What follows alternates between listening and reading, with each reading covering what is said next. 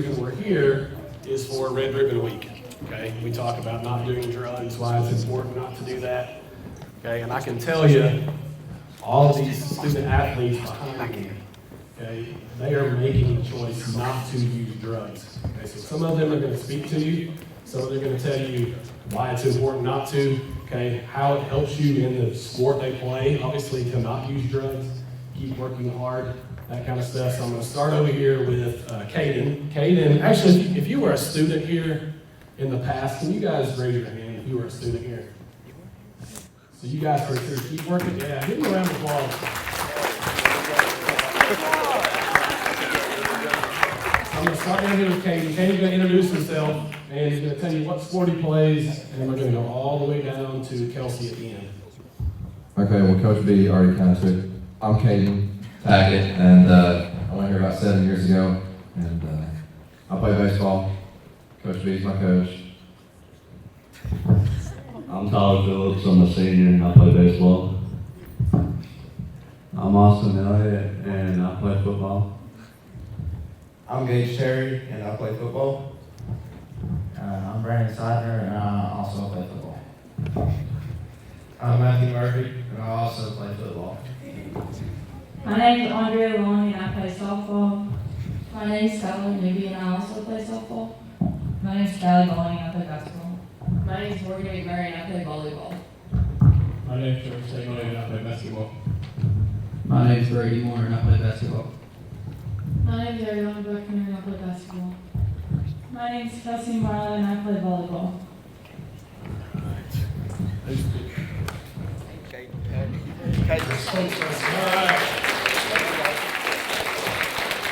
All right, so what these guys are going to do, each of them are a representative, not all of them are going to speak to you. You know, right now as an elementary school student, it's not really, you're not really shy to get up in front and talk in front of people.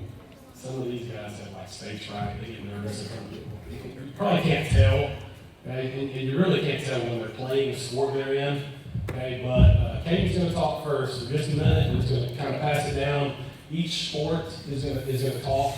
So Caden, it's all yours. He's right, I'm terrified.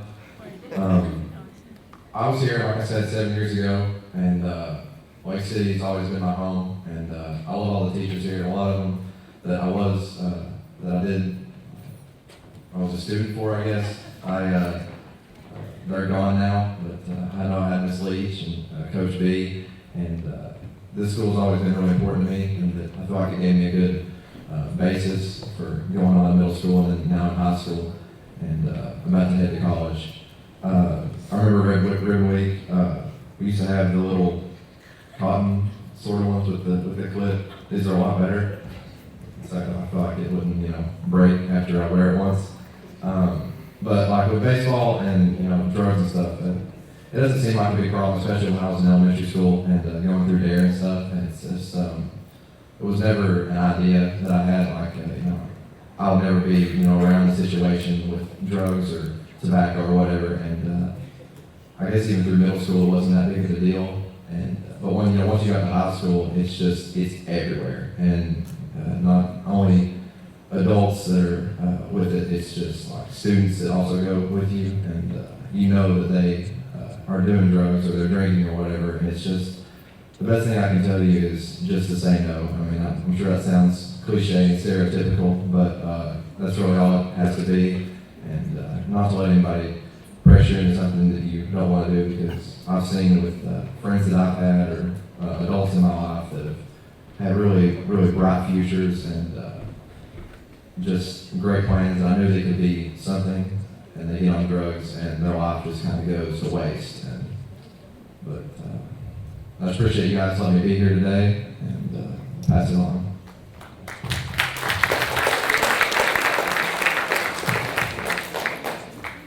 Hard to follow up Caden there, you did a great job, but I'm Gage, and like Caden said, it's not going to be that big of an issue right now to you when you're younger, maybe not even through middle school, but in high school, you just got to stay strong. I've seen people mess up their lives with it, grades will start to drop, people have quit like sports, just stay working hard in school, and if you play sport in that, and just stay on the right side, just say no, all that it is. You're not going to get made fun Thank you.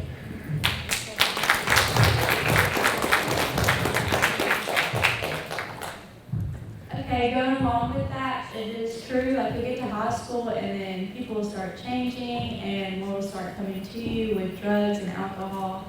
And it may look like a good time to you at the time, but after a while you realize it's bad for you and you really don't need it. So just say no.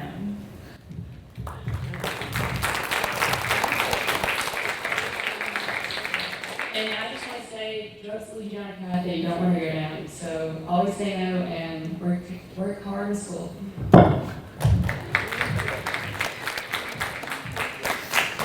Just to think off what everybody else said, drugs can mess up your life. I didn't really know about it until I got to high school, and then people started trying to peer pressure me, but I was able to say no and remove myself from that situation.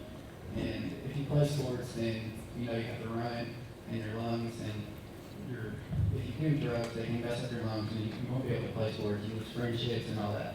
So just say no to drugs.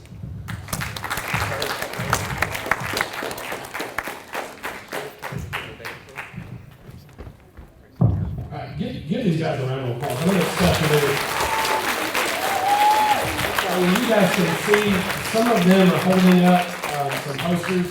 We have a campaign that we do at the high school. It's called I Am One. So at the bottom it says, I am a teammate and a leader long after the game is over.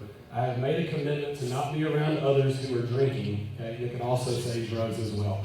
Okay, so it says, I am one, are you? So thank you all for coming today. We appreciate it. We do want you to stay for our speaker that we have. So if you guys can come back over and take a seat.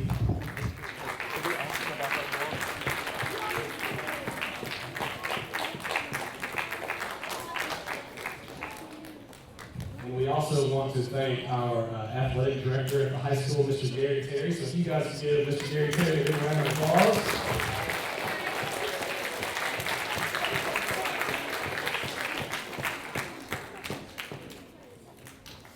And I think I'm going to pass this over to Pastor Wayne. Good morning. Thank you so much, Lake Show Elementary School, for letting us be here today. I want you to introduce you to a very good friend of mine. His name is Will West. Will West is on the radio. He is on 99.1, the sports animal. He comes on every morning from 6 a.m. to 9 a.m. He just left his gig on the radio and he sprinted up 75 North to come here and be with you guys. Will is a good friend of mine. He has a great story, and I want you to hear. Give Will West, Lake Show Elementary School, welcome. How we doing, everybody? We good?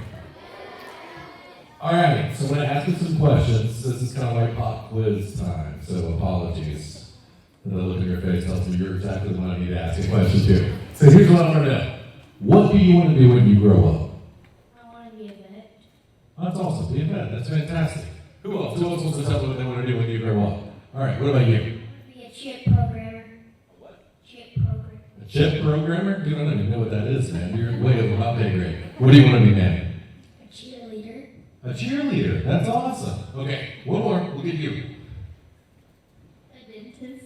A dentist. That's a really good one. That's a really, really good one. Okay, so what I have always wanted to do my entire life was host a sports talk radio show. I'm from this area. I'm from Seymour. It's a small town in Knoxville, about the same distance from Knoxville that Rocky Top is, but it's on the south side. And it's about a town probably a little smaller than Rocky Top, but small town as well. And I grew up listening to John and Jimmy and Mike Keith and Brent Hulse and these guys on a show called Sports Talk in the afternoon. My dad would come pick me up and we'd drive around when he got done with work. We'd listen to Sports Talk. And I just thought, it is so cool that these guys get to sit and talk about sports for a living, right? Like, how cool is that? Yeah, okay, who is not afraid to speak in public? This guy right there, blue shirt on the end. You're coming to me. All right, who else do we have? Wait. What's your favorite sport? Football. Okay, football. Whose favorite sport here is basketball? Whose favorite sport here is basketball? Give me my man in the Golden State shirt right here. Bring it up here. So here's what we're gonna do. I want you guys to get a sample of what I do for a living. And someone pays me to do this, which is really a horrible decision. But this is what I do for a living. All right, you have about 15 seconds. Explain to these people why football is the best sport. Football is the best sport because you can like get after your anger. And, you get to hit people for free. You don't get in trouble for it. All right, now, what's your name? What's your name? Tristan. Tristan says football is the best sport. All right, what is your name? Colton. Colton, all right, wait, step outside of this. Gonna make sure everybody sees you. All right, Colton, why is basketball the best sport? Colton, You're killing the ratings, Colton. You gotta hurry. Get after it. What do you like about basketball? You get to shoot and have fun. Okay, that's good. That's very good. That's okay. That's all right. So this is what I do for a living. I have a co-host and we have a guy that's a producer, and we literally just have different questions of the day that we talk about. Like today it was about Tennessee football. We talked a lot about. It takes a lot, man. You go sit down.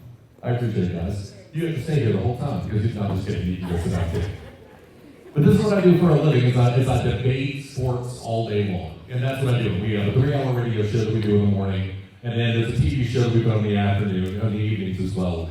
And I wanted to do this forever because I knew that I wasn't where these guys were, playing high school sports and things like that.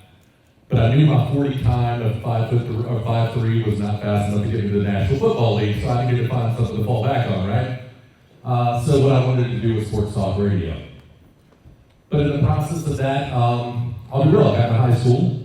And I don't even know if I fell in the wrong crowd or if I was the wrong crowd, but I started doing drugs. Had an injury, in the process of that injury, when I couldn't play sports, I kind of lost what my purpose was, right? I couldn't go do that anymore, and I fell in a little bit with the wrong crowd.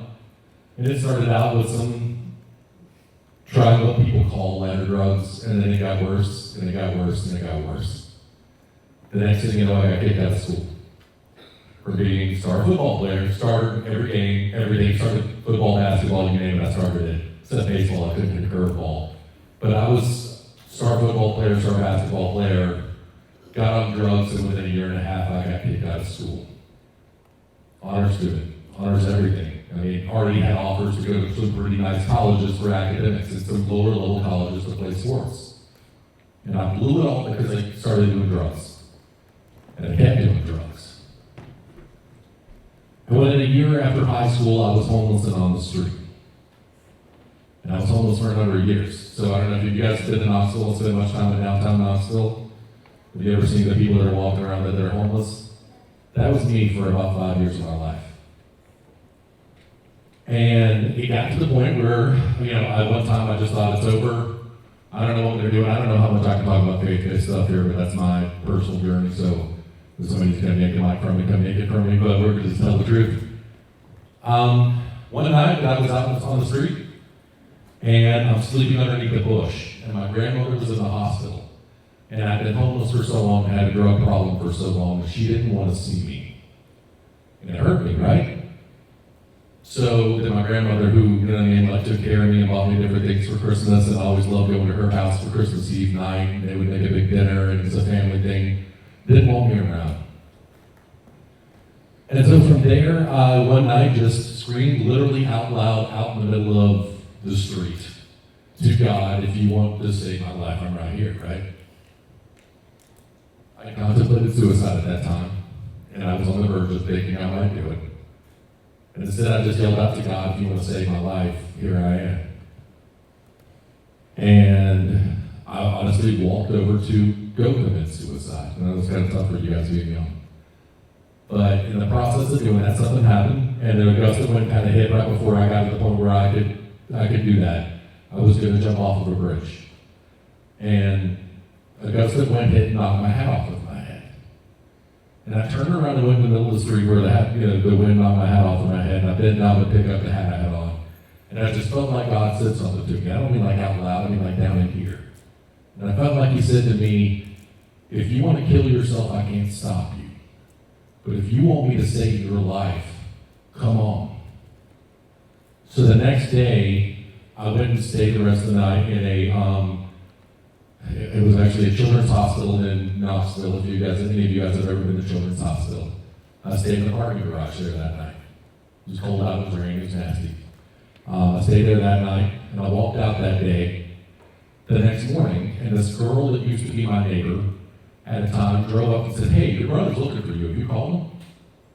I said, "No, I hadn't called him." So I called him, my brother, and he said, "Hey, Mom's trying to find you. Where you at?"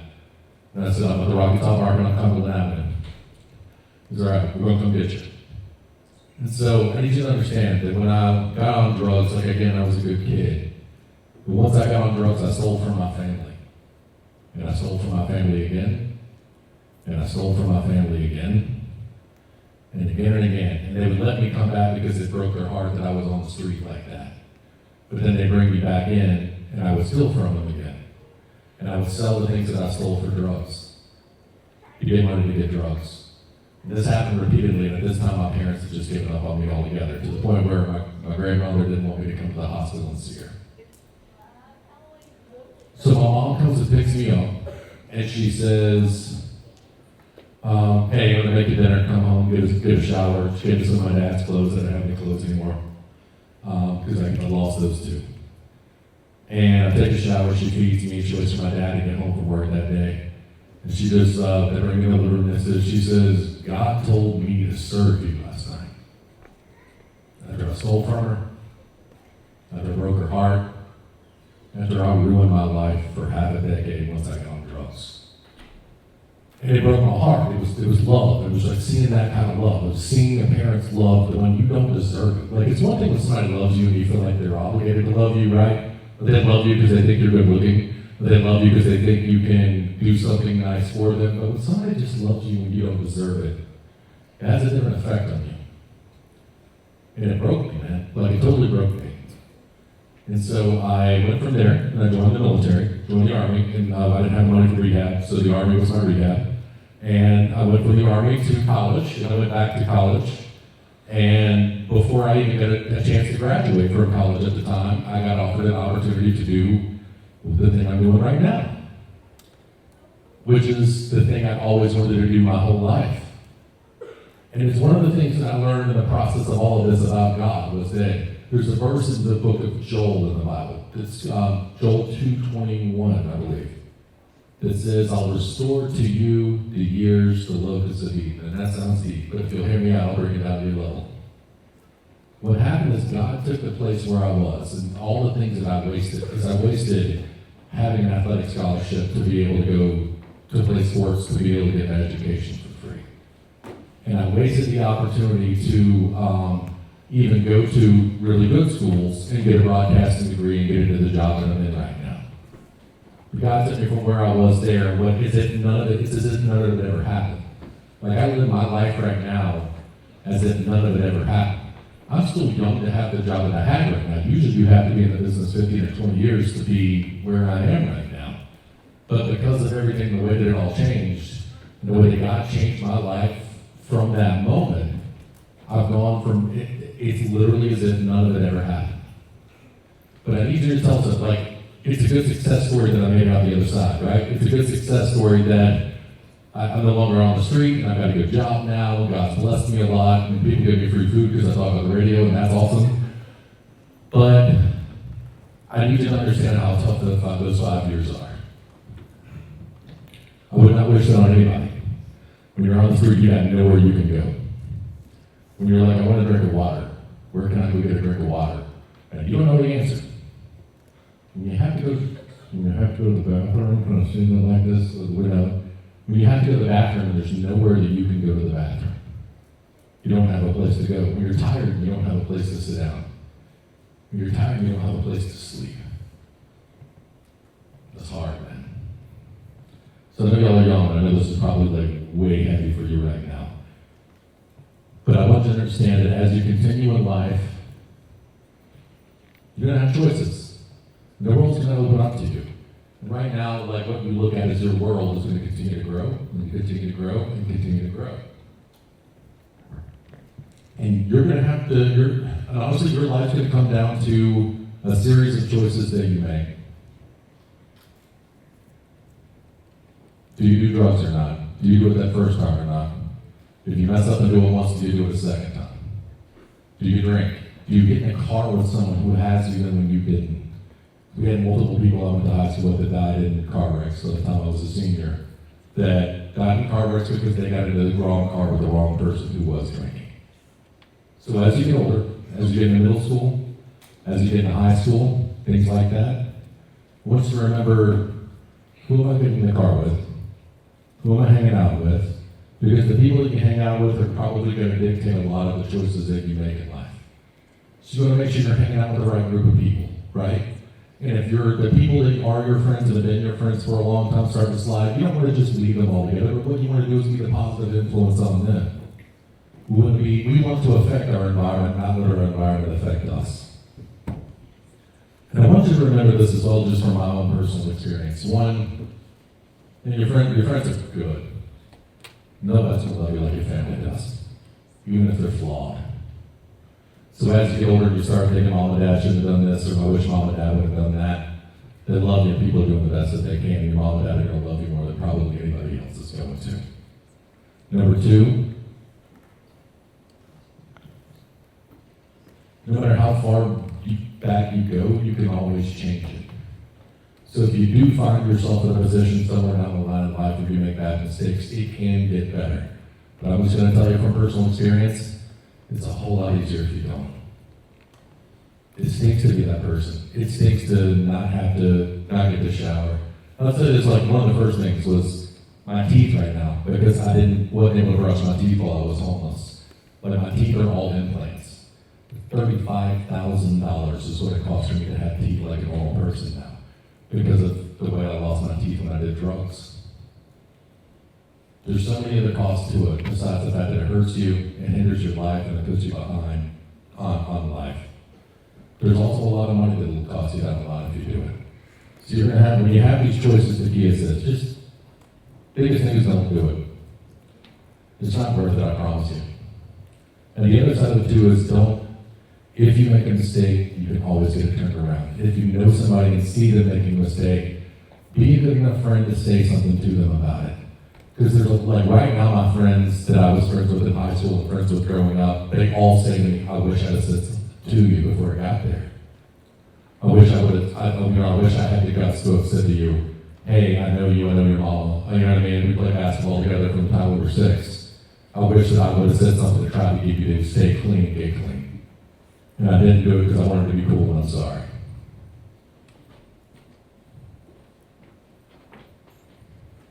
It's not worth trying to be cool for a split second. Like I always tell this, I got a little girl, she's 14, right? She's in high school at West High School. If y'all played West this year, sorry, I'm not choosing one side or the other, I played at Seymour. But I always tell the little girl this, you have two choices, right?